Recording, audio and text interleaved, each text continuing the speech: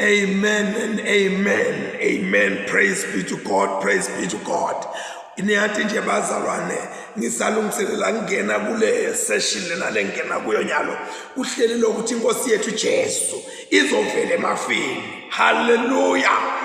Kunalo mhlabathi izovela emafini ithwele imiqhele izobusa lo mhlaba ebizofela yona izovela emafini inike ithwele imiqhele izobusa lo mhlaba. Bazalwane asikambheki abuye angumntwana singatakha leto tintwana tethu sibeke laphana kuthi this is a manga and this is what but izovela emafini masinyane ithi bani. Umfundisi babenqumalo sihlalo wethu la enkaba uthi asithi sijabula sibe sibhekile nekuvela kwayo ngoba ingavela nangalelanga leli lakhisimusi. So akusho ukuthi ngoba kungikhisimusi ivamsile inkosi kungenelela etintweni ingenelela yangenelela ngelilanga la Pentecost ngoba kwakucelebratewa kubonga sivuno yangenelela malo ingcwele wehla wabakhona yangenelela inkosi ngelanga leSunday la kukhondwa khona sithixo selanga yavuka ekufeni kwakhondwa inkosi yakumakhosi. Angifuni ke kwenza kakhulu bazalwane, let me just pray and continue. Babe lolungile siyabonga Nkosi nakulesikhathi lethi sikulindele Nkosi kuvela kwakho babe sihleli njengamakoti lothi xola njalo Nkosi asikho isikhathi la khona sithi we are ready. We are always getting to be ready. Help us Lord wethi Nkosi sitholakale Nkosi singilabalungile uma ngabe ubusa lomhlaba Kristu utana labangcwele bakho babe wethu namandla like tobe kungithi Nkosi tobe zosithethe ube soyabuya ngemandla Nkosi sotanathi nebandla lakho sibusiseke kwanyalo Nkosi sisalindzele ukuthi kwamanje uthi manya bonke Nkosi labakhondako bashintshwe isimo sabo bahlangabethe emafini ngaKristu Jesu Nkosi manje naphathe. Amen. Bangcwele ngicela nje ukukhuluma ngana incwadi yakubaseFilipi. Le ncwadi yakubaseFilipi ikhuluma tindzaba letimqoka kakhulu lethi awubekile lo mqondo lwawo kuKristu Jesu lo wathi anguNkulunkulu wangakunkonkoshela. He didn't take it as a robbery kwekuthi angibambe kungakilahlekele kodwa na wathi thoba watehlisa watoba ngumuntu ebantwini. So bazalwane le ncwadi lena ibhalwa nguApostle Paul uyibhalela libandla laseFilipi. Is one of the letters that are taking us with some wonder. Oh my God. Uthi na uyibuka uyilalela lelibandla laseFilipi nasifunda umlando uthi lelibandla Paul bekalithanda nalo limthanda Paul. Ayikho into lemnanzi njengalena kwakuthi kube ne-reciprocal elithandweni kuthi ngikuthande nawe ungithande. So lelibandla leli laseFilipi belimthanda Paul na Paul alithanda lelibandla. Paul ubhala lencwadi uyibhala usejele uboshiwe ngenxa yelivangeli uyalibhalela lelibandla lalithandako leli lengaphandle. But yayikhona inkinga leyayikhona ebandleni laseFilipi. Inkinga lenkulu yayikhona kuleli bandla laseFilipi. Leli bandla leli kwakunebathu bebangathandzani. Ngiyangayibuka le nto ukuthi uyathi uthandze bantu bathandze wena kodwa bona bangathandzani. Yilento lena loyithola ikhona ebandleni laKristu kwekuthi sikhonza uNkulunkulu ngithanda uNkulunkulu nalo uthanda uNkulunkulu kodwa thine sodwa ingabi khona lento yokubambana ngoba phela ngithanda Jesu nawe uthanda Jesu asithandaneke ngoba siyakulo Jesu kodwa kugcwele imibango nekuphikisana baseFilipi ulibhalela uthi awubekini lo mqondo lo wawukhona nakuKristu Jesu, ngoba uyabona ukuthi lo mqondo labanawo bantu baseFilipi umqondo lo wehlukile, umqondo lo ungasiwo waKristu Jesu. Lokhu lakucelabo umpostoli Paul uma besifunda incwadi yeqala yabaseCorinthian sahluko sesibili sifunde khona verse 16 kunento leyo yathi kungithatha ukuthi lokhu lakukhulumako kuyavela lapha kuverse 16 uthi umbhalo uthi ngubani lo wathi umqondo wenkosi, ngubani lo ngayifunza ngubani lo ngayifundisa, kodwa thina sinawo umqondo waKristu, kodwa thina sinawo umqondo waKristu. Makathi umpostoli Paul lapha kubaseFilipi awubekini lo mqondo lewa uKristu Jesu, akadami ukuthi phikisa nakathi kodwa thina sinawo lo mqondo, kusho ukuthi lento noma sinayo we choose, siyakhetha kuphila leyo ndlela noma kuhamba ngaleyo ndlela, siyadikhethela, we choose for ourselves. So ke uthi umpostoli Paul ke in short lapha awubeki ukhethe lo mqondo ngoba ukhona lakini. Now don't be wonder about it, ujabulele ukhulume kahle lo mqondo waKristu awube lakini, niuphile nihambe ngawo. Lo watehlisa washiya bumenge basemazulwini watehlisela mina nawe, lokho ukuthi Kristu Jesu nakehla atothatha simo semuntu lakakwenda Kristu Jesu ukuthi akazange wabulahla buNkulunkulu, waba nguNkulunkulu aphelele, waba ngumuntu aphelele, kodwa wakhetha ukuthi angakunkombosheli uNkulunkulu ngoba babuvele bunguye. Uyabona uma ngabe umuntu ayingozi lokho ukuthi namuhla ufake isudu usasa ufake imvunulo kuyasa kumbe ufake debona, akumshintshi lokuthi uyingozi, kude lokwakushintsha Kristu kwekuthi unguNkulunkulu. Bekabukeka ngaphandle abonakala kwekuthi lo muntu lona ungumuntu, kodwa uma sohamba naye dikhona into tathi kutshela ukuthi this is God in a human body. So uthi ke awubekithi lo mqondo lo ukuthi sibonakale noma sitholakale singiloko. Ngifuna kuphetha bazalwane masinyana, kodwa nake lengifuna ukuthi ngikuvetela nang verse 8 lothe kungithatha le ngifuna nje ukuthi ngithi thatha kuye bese ngihema ke verse 8 uthi Kristu watithulula, he emptied himself.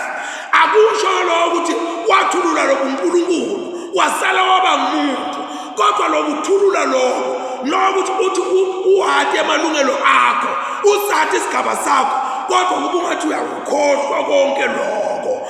Jesus was omnipotent, omnipresent, omniscience, but he chose ukuthi akabe like akati lutho, akanamandla, konke into tendeke ngendlela lekungazuthi Jesu akasilutho, akasimuntu walutho. So ke washiya isihlalo sakhe ezulwini esimengetela weta emhlabeni le kulesihlalo sasezulwini kude lotshela uNkulunkulu ukuthi akentele. uNkulunkulu wena lathandzako asesihlalweni sakhe emazulwini, kodwa Jesu wehla washiya leso sihlalo weta emhlabeni, watokhahlelwa abantu, watokhulunyelwa abantu, watokhanjelwa emanga, kwathiwa ayikho lento Maria linelisotha lelalenayo lona wazothola lo mntwana lona, kodwa Jesu wakhetha kulalela inthando yaNkulunkulu. Ibuhlungu inthando yaNkulunkulu ngoba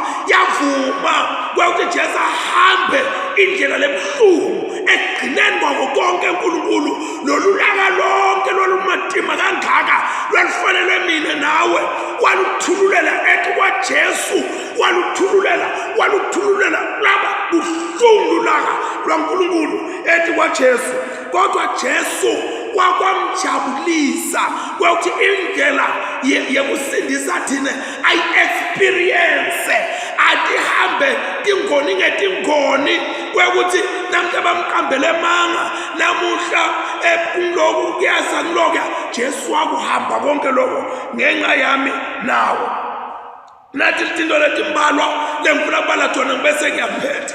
1, Jesu wathi thoba. Uthi thoba kuphi Jesu? Wathi thoba etheni ehle athathe simo semuntu. Kwakuthi thoba lokho abeke eqeleni umtimba wenkazimulo. Abeke ngalamanye amagama Jesus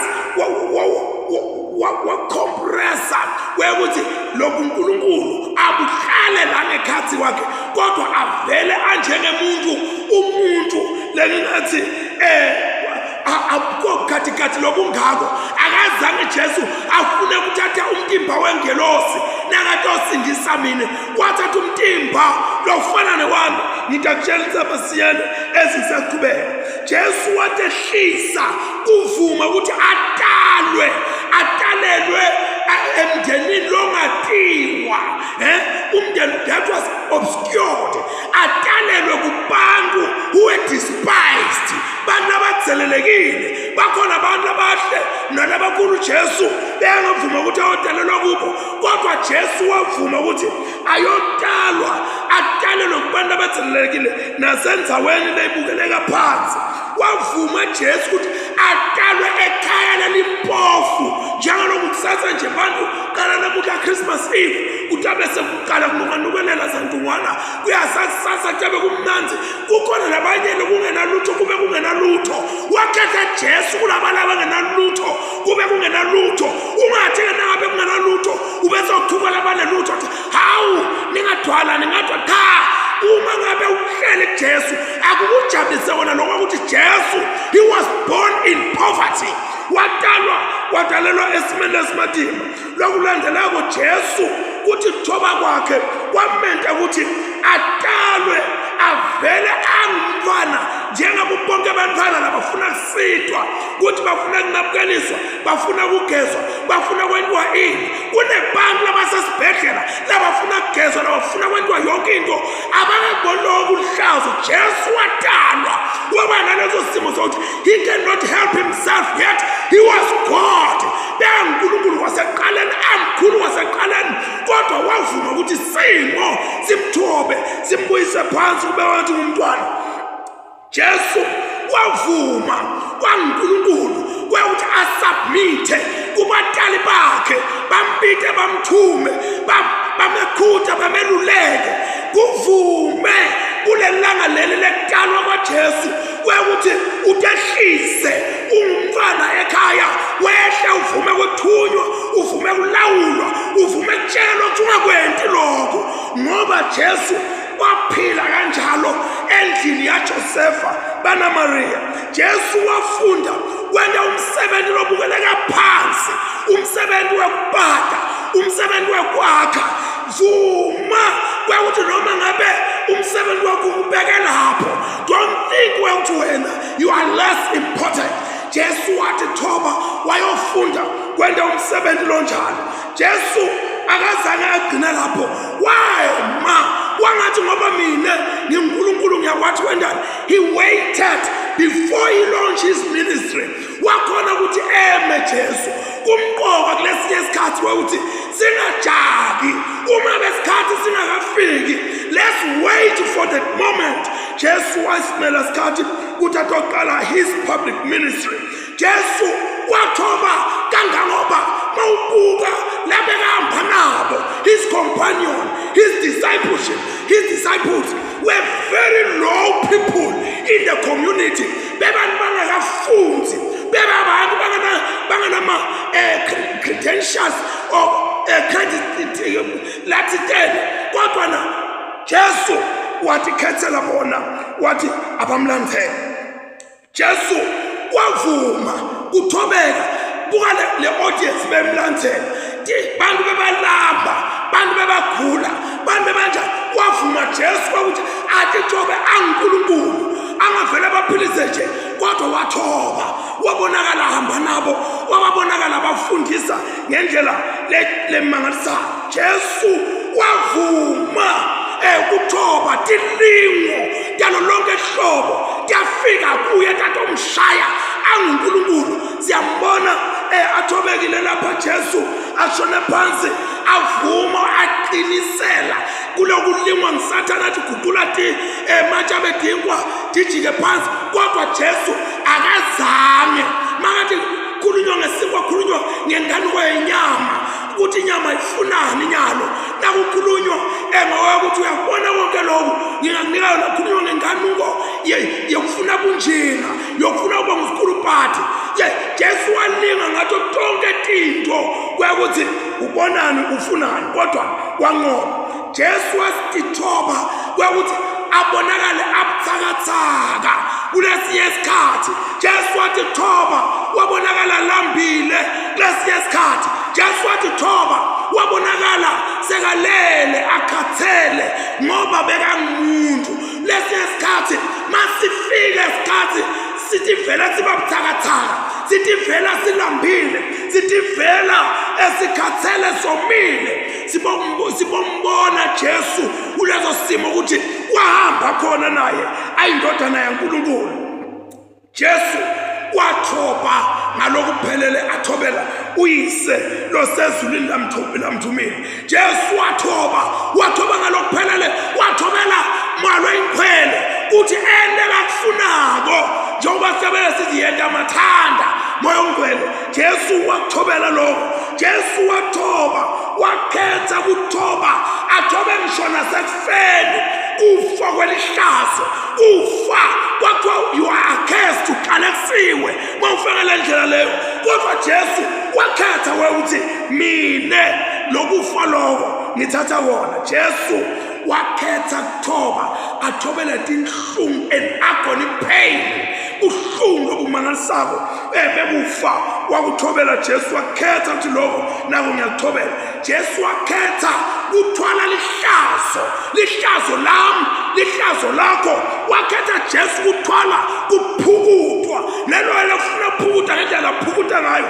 Wakhetha Jesu ukuthi ahlambalazeke, kufa kwehlambalazeka wonke umuntu ambone.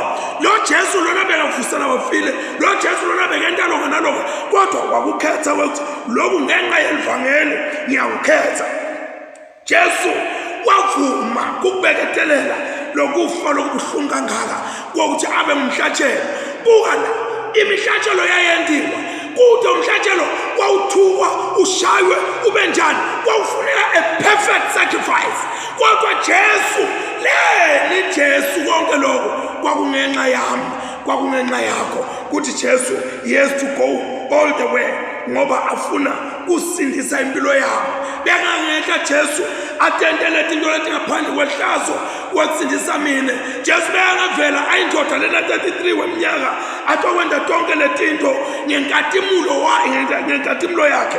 Jesu bekangavela lapha noma letinto atende njengale emafini sibone thina tinto zetendekile, kodwa ngoba Jesu bekafuna kusishiyela siboneke ukuthi le ndlela sitayihamba ibuhlungu, kodwa kufanele sihambe le ndlela yokukhonta uNkulunkulu, sihambe naye uNkulunkulu emalangeni ethu onke.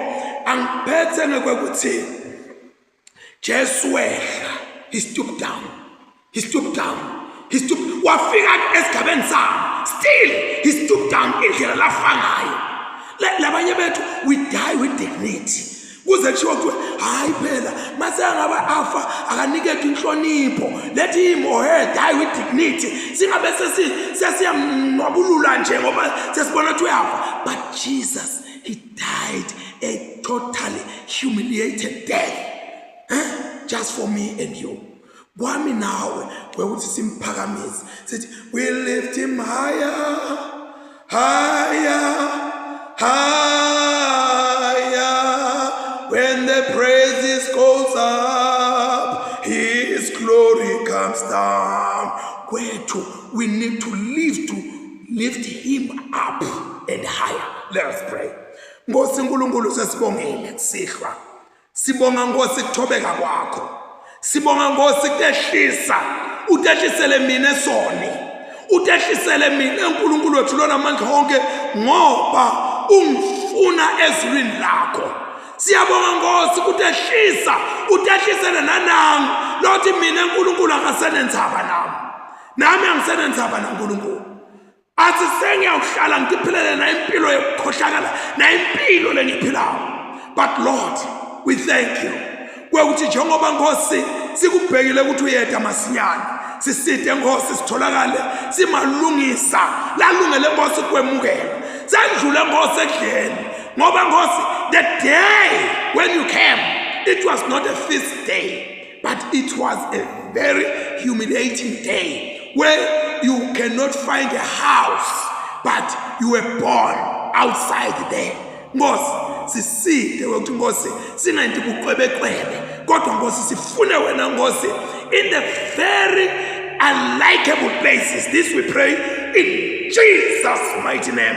Amen and amen. The blessing of God Almighty, Father, Son, and the Holy Spirit may remain with us all now and forevermore. Amen. Merry Christmas. Nkulunkulu akubusise bangcwele, ningene kamnanzi, ningalibali ukuthandaza, ningalibali ukukhumbula labanye ukuthi he may come at any time. Amen and amen. Babeloni ngcwele sesibongile umsa wakho lomkhulu kangaka lo siphethe ngawo uNkulunkulu wethu.